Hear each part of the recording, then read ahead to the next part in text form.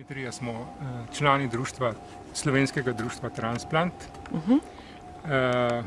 ki je bilo ustanovljeno pred 6 leti.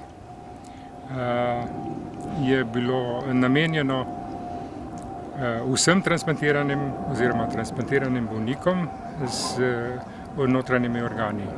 To so srce, pljuča, ledvica, jetra in pa kostni mozeg. Ti bolniki imajo neko zatočišče v društvu Transplant.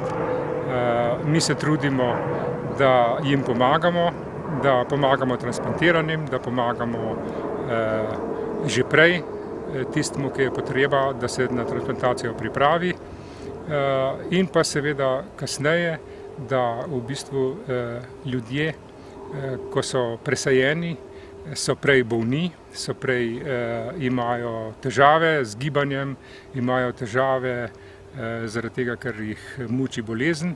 Po transplantaciji pa seveda morajo nekako začeti življenje na novo in to življenje na novo je naša naloga, da jih spodbudimo, ker v bistvu največje zdravilo za nas transplantiranje je gibanje, je aktivnost in to aktivnost lahko v največji meri damo mi, ki smo že dalj časa transplantirani in v nas lahko vidijo tisto svojo prihodnost optimistično in tisto, ki naj bi jo zaživeli, zato da lahko zaživijo z vsem svojim veseljem v življenju.